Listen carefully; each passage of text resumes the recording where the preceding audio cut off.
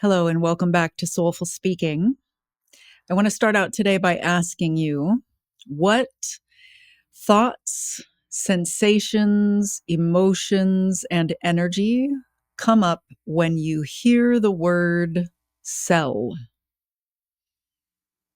What thoughts, emotions, energy, sensations, and stuff come up when you share your offer or when you even imagine inviting someone to work with you?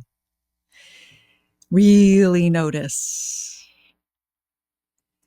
One of the things that wild-hearted leaders and loving rebels and service-oriented business owners struggle with the most is making offers, aka asking someone to work with us. Asking someone is vulnerable. All of a sudden, we feel like the little kid on the playground hoping to get picked. So it's really tempting to look for a hack or a template or a shortcut to kind of go on autopilot and feel like we're really inviting people. And yet at the same time, these soul-driven mission people really long to be able to invite people to work with them in a way that feels authentic and aligned. And the wildest dream might even be to tap into the pulse of our purpose when we're inviting someone to work with us. Because all those one size fits all cookie cutter speak to sell approaches out there have failed us, because even though we chose them because we wanted the hack or the shortcut, they didn't feel quite right. For the first too many years that I was in business, I struggled with this too.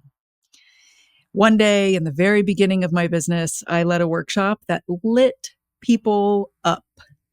And at the end of it, the curator who had invited me to this organization to lead a workshop helped me carry my stuff to my car.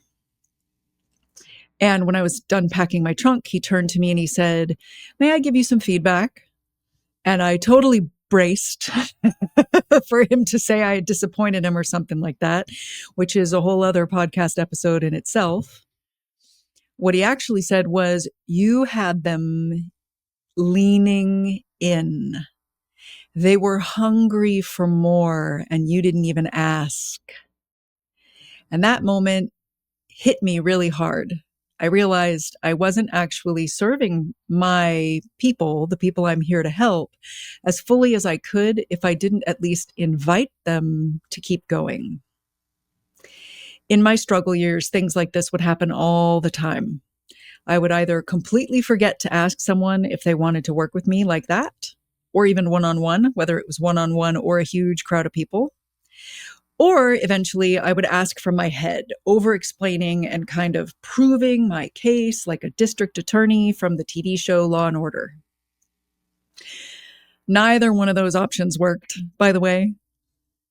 Eventually, I found my way to invite other people to work with me in a way that did feel authentic and aligned.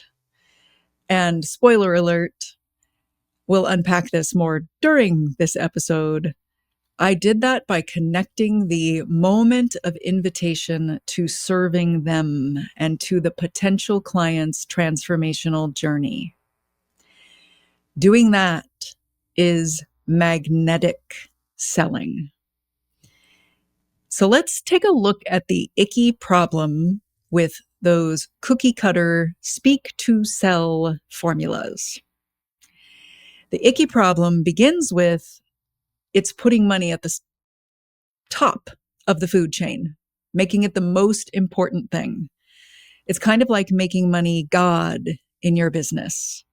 And if you're a soul, SOUL-preneur, someone who's building your soul-driven business around some transformation, some dream, some change that you want to see in the world, making money, the most important thing, is never going to feel good for you. It's out of alignment. And because it feels icky to you, it's not going to help you magnetize your soulmate clients. The second thing is scarcity. Speak to sell is another one of those outdated, one size fits all approaches. And this one in particular, in its roots, was designed to rev people up and make them panic and run to the back of the room and fill out the limited number of spots. It's a formula for making a presentation that comes out of old school capitalism, which had scarcity baked into the DNA of its marketing. If you're a loving rebel, a soul-driven visionary, when you try to do that speak to sell formula, it probably feels wrong, hard, icky, inauthentic, manipulative, used car salesman-ish, all those things that we don't want to be. Not all selling is that. Some people, some business coaches out there have been able to adjust that template on their own and align it with them and make it work. And if you're a wild-hearted leader who wants to speak from the pulse of your purpose, it's so outdated, it's probably never going to work for you. Another problem with it is that it feels like one long commercial. One long commercial that is placing the money as the top goal. And you don't want money at the top there. You want service at the top, and money to be something that allows that service to continue. And if your potential clients are also sensitive, empathic, loving, soul workers, light workers, they can probably feel the inauthenticity. They can sense the really long commercial presentation coming a mile away. So let's look at the sacred shift that we can make. Replace speak to sell with speak to serve. That's what you want to do. You want to help change the world with the magic and the message that you're here to bring. So speak to serve with your talk, workshop, whatever it is. And then at the end, include a moment where you invite them to continue their transformational journey. You name your services and let them know that there is a next step that they could take with you to continue transforming. When you are aligned with the service that you're here to bring and you invite people from there, that's magnetic selling. Selling is a process of magnetism.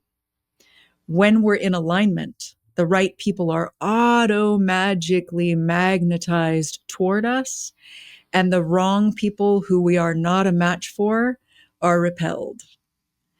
If, on the other hand, we are out of alignment with ourselves, we become like a magnet turned backwards, where we're repelling the right people, our soulmate clients, and potentially drawing in the wrong ones or repelling all of them. We are not in it for the money. We're in it for the dream, for the transformation, for the change. As Simon Sinek would say, the why.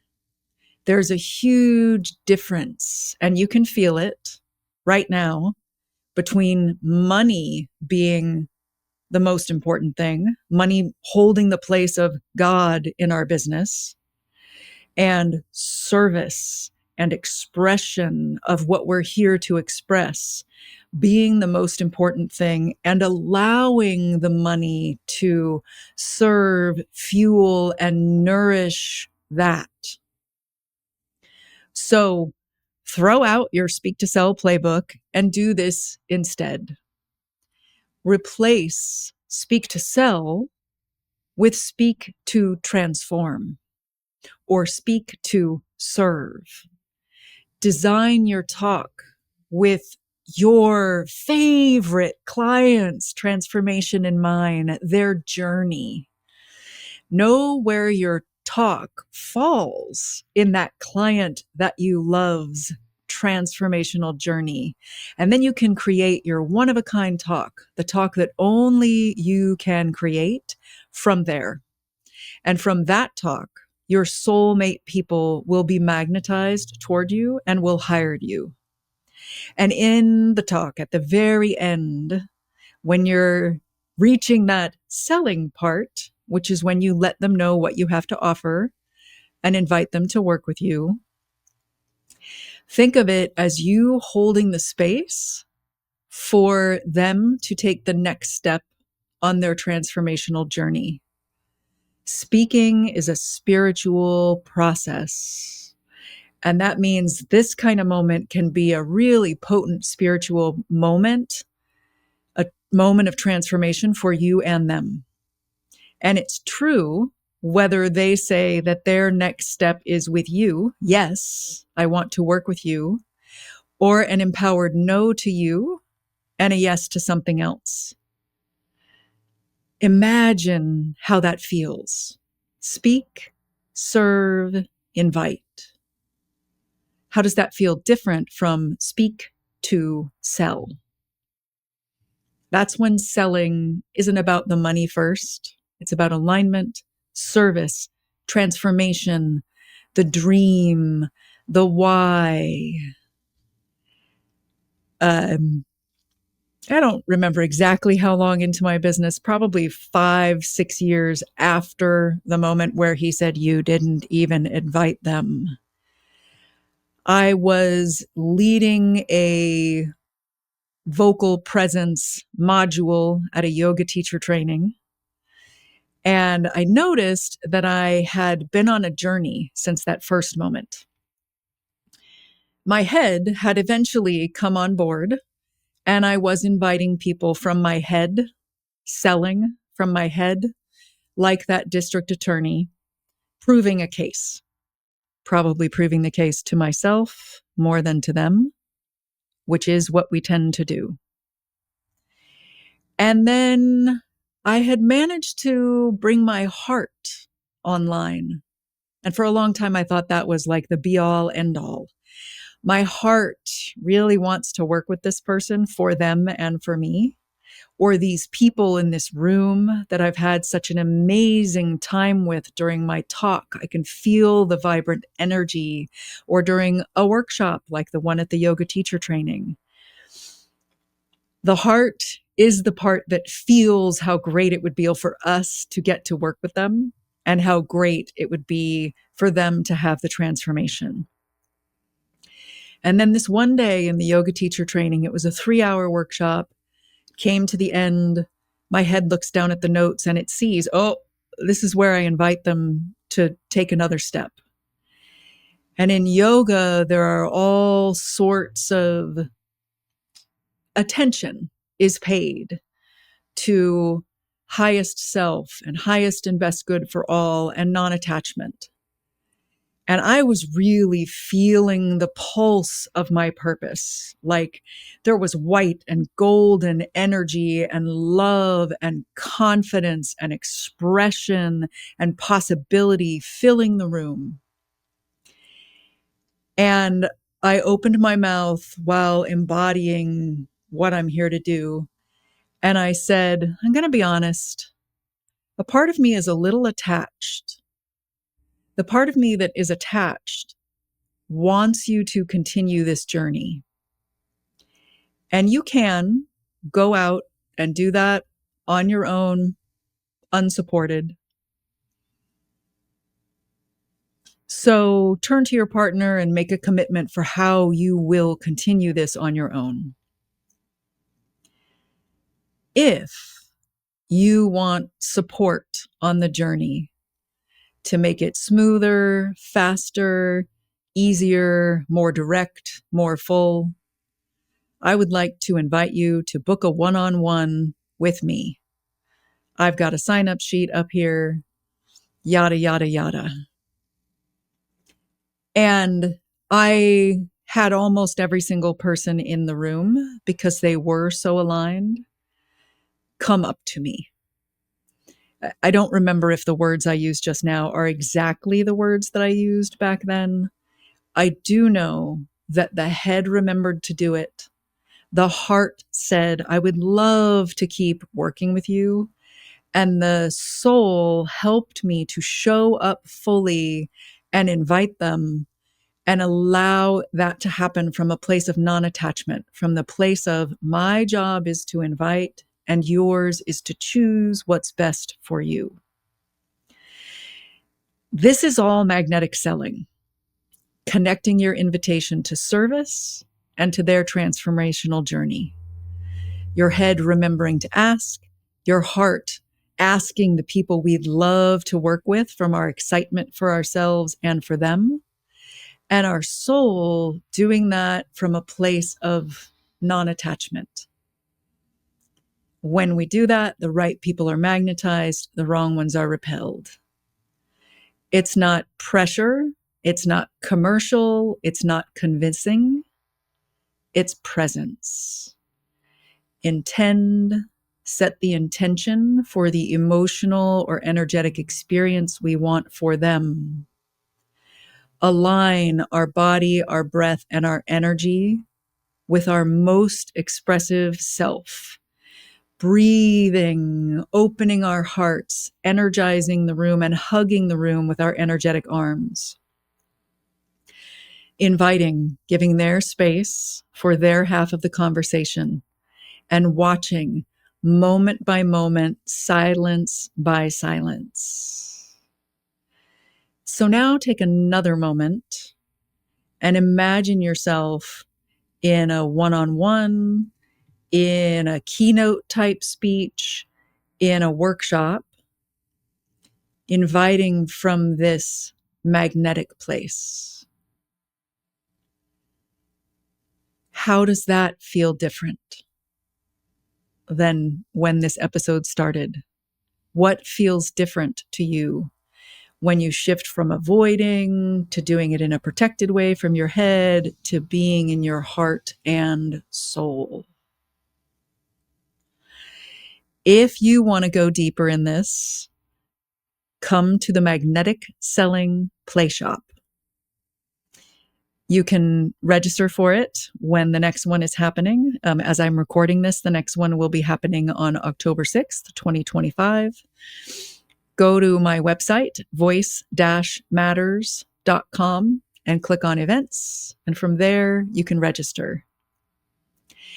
It is a safe, sacred space to embody and practice this skill with like-hearted people that are walking the same path, doing the same thing at the same time.